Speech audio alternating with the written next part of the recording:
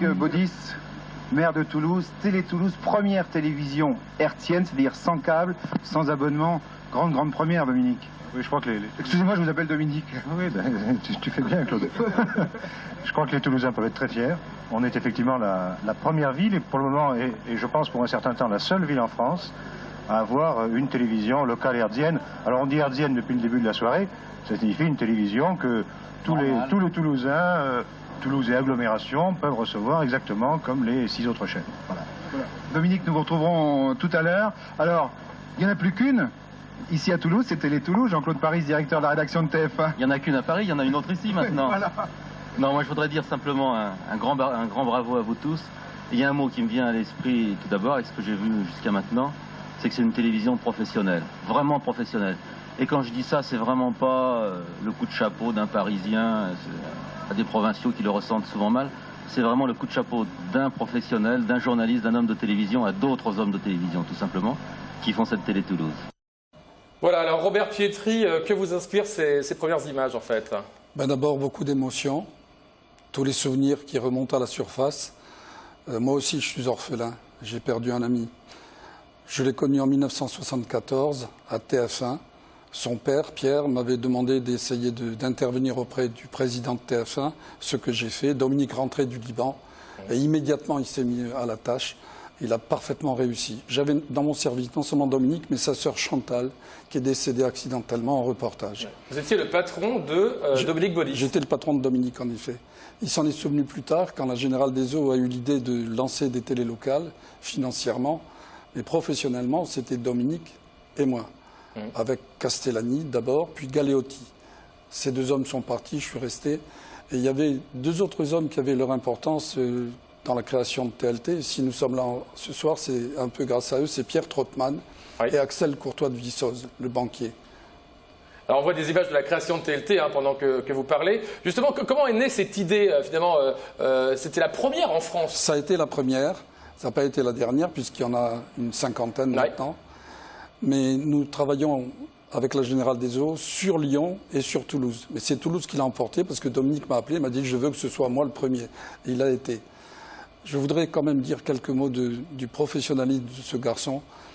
Grand reporter, il a assuré les plus beaux reportages de TF1, toujours gentil, toujours sympa. Il n'avait pas d'adversaire, il n'avait pas d'amis. Plus tard dans la vie politique, il a eu des adversaires, mais c'était vraiment un homme au-dessus de toute... on ne pouvait pas caricaturer Dominique Baudis. C'était un homme sans égal. Alors quand on évoque son passé de maire de Toulouse, il y a toujours ce souci d'ancrer la ville dans une certaine modernité.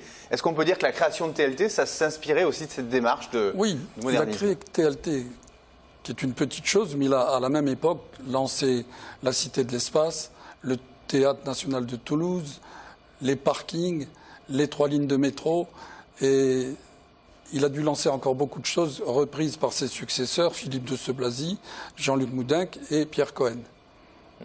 Est-ce que finalement il y avait une certaine jalousie d'autres hommes politiques, puisqu'il avait créé une chaîne de télévision, ce qui est extrêmement important, de créer un média dans une ville. Les autres ont voulu tous faire pareil comme lui? Alors, plusieurs ont essayé, mais n'ont pas réussi.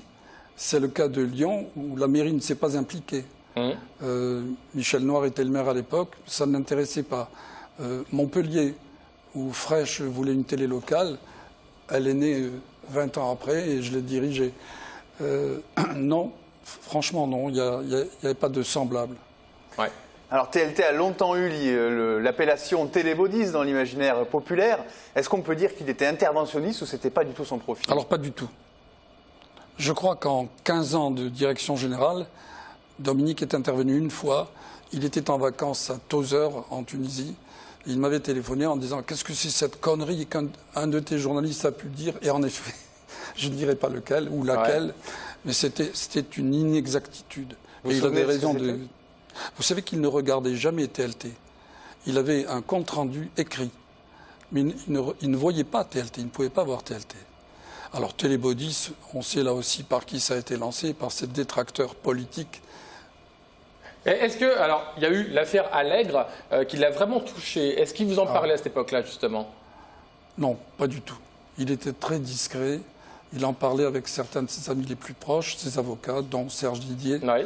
Mais non, il n'osait pas nous en parler. On constatait qu'il était très touché. Sa famille l'était. Sa femme Isabelle, ses enfants, Florence. Pierre et Benjamin étaient encore petits. Mais il était très touché. Ça a été dans sa vie une fracture épouvantable. Et alors je voudrais noter une anecdote. J'entendais ces jours-ci encore des commentateurs dire, à propos de l'interview qu'il avait accordée à Claire Chazal, on le voit transpirer abondamment.